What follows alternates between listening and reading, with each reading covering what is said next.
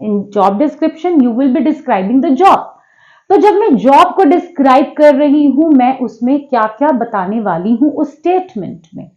First, job title पर चलते हैं. जॉब का टाइटल है ट्रेनिंग मैनेजर.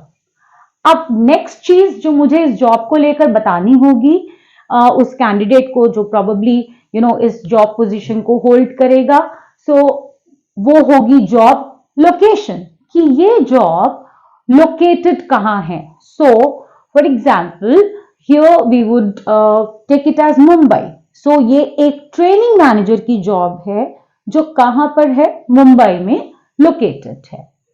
नेक्स्ट, अब मैं बताऊंगी जॉब की समरी दूंगी यहां पर थोड़ी सी. So I may just in that statement I may just write कि इस ट्रेनिंग मैनेजर की जो पोजीशन है इसमें करना क्या है, द रिस्पॉन्सिबिलिटी जो उसकी होगी या ओवरऑल उसे क्या करना होगा, वो है ये देखना कि ट्रेनिंग कहां कहां किस डिपार्टमेंट में चाहिए और इंश्योर करना कि सही ट्रेनिंग, अच्छी क्वालिटी की ट्रेनिंग सभी को मिल पाए, right.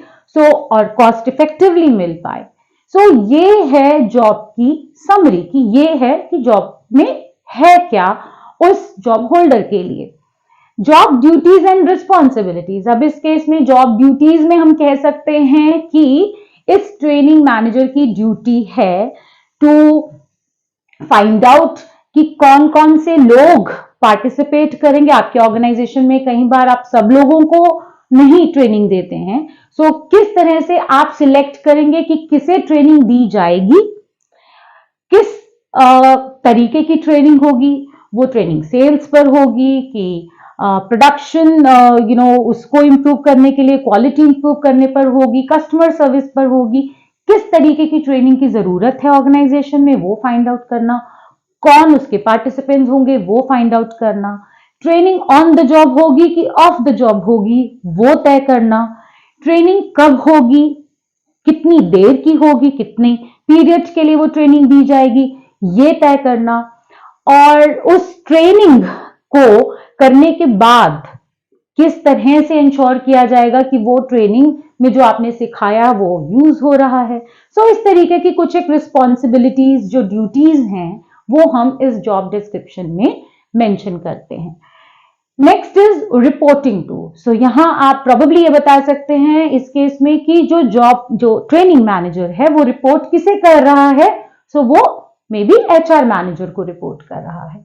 Next comes tools, equipments and machines.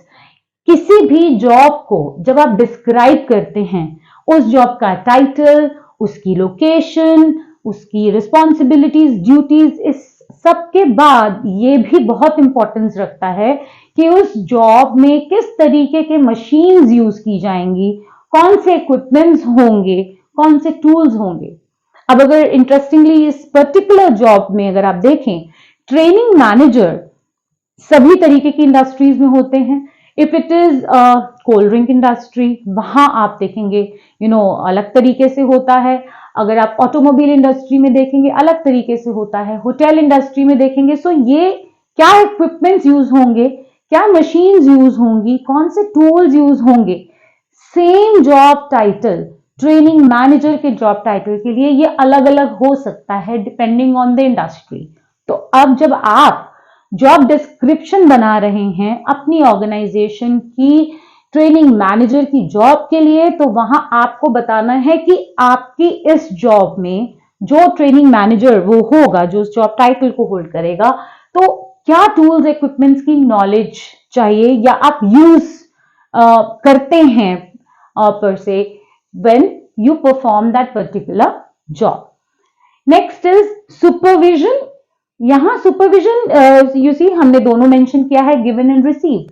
So if you are a training manager, ऐसा भी हो सकता है कि there are 2-3 people who are reporting to you, जो further maybe trainers हैं जो ट्रेनिंग देंगे. कुछ हो सकते हैं वो लोग जो ट्रेनिंग का कंटेंट डेवलप करेंगे, वो भी आपको रिपोर्ट कर सकते हैं.